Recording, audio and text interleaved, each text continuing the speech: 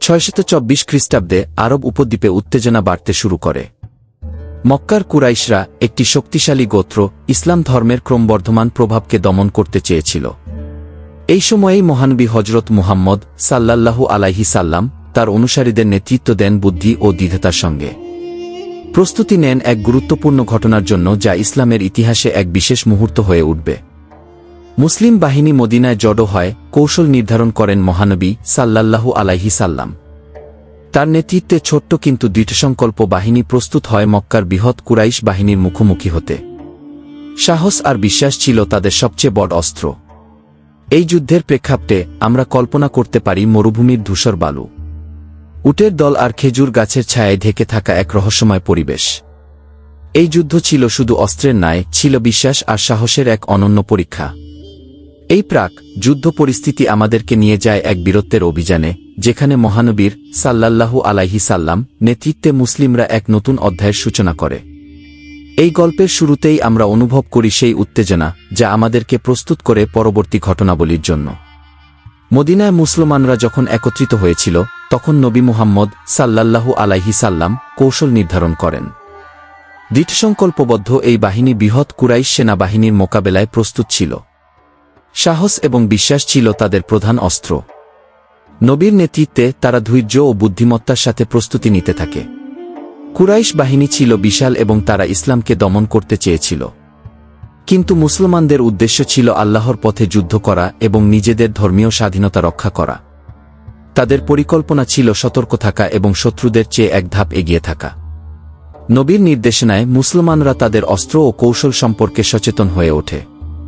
তাদের একতা এবং দৃঢ়তা তাদের মধ্যে এক অদম্য শক্তি প্রদান করে। নবী মুহাম্মদ সাল্লাল্লাহু আলাইহি সাল্লাম তাদের অনুপ্রাণিত ও পরিচালনা করতেন।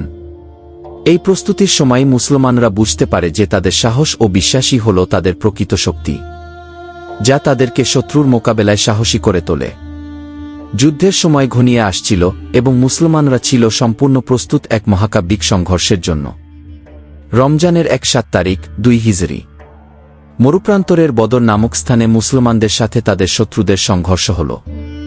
মুসলমানরা সংখ্যায় কম হলেও সাহস ও বিশ্বাসে ছিল অদম্য।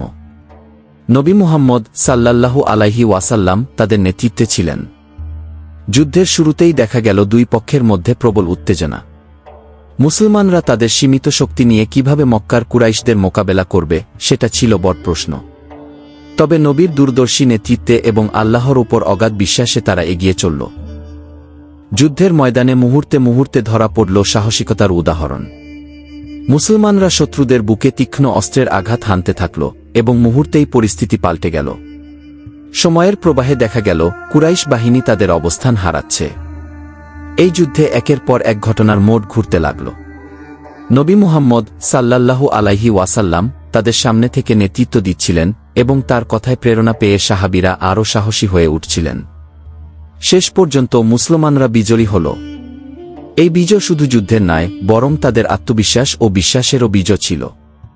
এই যুদ্ধের ফলাফল শুধু তখনকার জন্য নয়, বরং পরবর্তী প্রজন্মের জন্যও একটি মূল্যবান শিক্ষা হয়ে দাঁড়াল। এখন আমরা যাত্রা করব এই বিজয়ের ফলাফল ও এর স্থায়ী প্রভাব নিয়ে আলোচনা করতে, যা ইসলামের ইতিহাসে অবিস্মরণীয় হয়ে থাকবে। যুদ্ধের ময়দানে মুসলিমরা বিজয়ী হয়ে উঠেছিল, যা তাদের বিশ্বাস এবং কৌশলগত দক্ষতার প্রতীক। কুরাইশের পরাজয় মুসলিম সম্প্রদায়ের দৃঢ় সংকল্পকে শক্তিশালী করেছিল এবং ইসলামের বার্তাকে আরও ছড়িয়ে দিতে সাহায্য করেছিল। এই বিজয় ছিল সাহসিকতা এবং বিশ্বাসের চূড়ান্ত উদাহরণ। মুসলিমদের এই সাফল্য শুধুমাত্র সামরিক বিজয় ছিল না, এটি ছিল আত্মবিশ্বাসের পুনর্জাগরণ। ইসলামিক সম্প্রদায়ের জন্য এটি ছিল একটি নতুন সূচনা, যা তাদের ভাবাদর্শকে আরও দৃঢ় করে তুলেছিল। এই যুদ্ধ প্রমাণ করেছিল যে সংখ্যা কম হলেও সঠিক কৌশল এবং দৃঢ় মনোবলের মাধ্যমে বড় শক্তিকে পরাজিত করা সম্ভব। যুদ্ধের পর মুসলিমরা তাদের বিজয় উদযাপন করেছিল, যা তাদের সম্প্রদায়ের মধ্যে একতা এবং সমর্থনকে আরও বাড়িয়ে দিয়েছিল। এই যুদ্ধের প্রভাব ছিল সুদূরপ্রসারী, যা শুধুমাত্র আরব উপদ্বীপে নয়, বরং পুরো ইসলামিক বিশ্বের জন্য এক নতুন দিগন্ত উন্মোচন করেছিল। এই বিজয় আমাদের শেখায় যে বিশ্বাস ও সাহস দিয়ে বড় কোনো চ্যালেঞ্জকে অতিক্রম করা যায়। পরবর্তী অংশে আমরা দেখব কিভাবে এই যুদ্ধের ঐতিহাসিক গুরুত্ব আজও আমাদের অনুপ্রাণিত করে চলছে। বদরের যুদ্ধের ধারা ইতিহাসে এক অবিস্মরণীয় অধ্যায়। এই যুদ্ধ শুধু সামরিক বিজয়ের নয়, বরং আধ্যাত্মিক এবং ঐতিহাসিক শিক্ষার প্রতীক। বদরের যুদ্ধে মুসলমানদের দীর্ঘমেয়াদী প্রভাব আজও অনুভূত হয়। এই যুদ্ধ আমাদের শিখিয়েছে ঐক্য, অধ্যবসায় এবং বিশ্বাসের শক্তি। প্রজন্মের পর প্রজন্ম এই যুদ্ধের শিক্ষায় অনুপ্রাণিত হয়েছে। প্রকৃতপক্ষে বদরের যুদ্ধের শিক্ষাগুলি আজকের যুগেও প্রাসঙ্গিক। এটি আমাদের দেখিয়েছে কিভাবে বিশ্বাস এবং সাহস দিয়ে প্রতিকূলতাকে অতিক্রম করা যায়। মুসলিম সম্প্রদায়ের জন্য এটি ছিল একটি গুরুত্বপূর্ণ মাইলফলক, যা তাদের আস্থা ও শক্তিকে আরও দৃঢ় করেছে। বদরের উত্তরাধিকারী হিসেবে আমরা এই শিক্ষাগুলি হৃদয়ে ধারণ করি, যা আমাদের চলার পথে আলোকিত করে। এই যুদ্ধের মাধ্যমে প্রাপ্ত শিক্ষাগুলি আজও আমাদেরকে নতুন চ্যালেঞ্জ মোকাবিলায় সাহস যোগায়। বদরের যুদ্ধ তাই শুধু একটি ঐতিহাসিক ঘটনা নয়, বরং মানবজাতির জন্য একটি চিরন্তন অনুপ্রেরণা।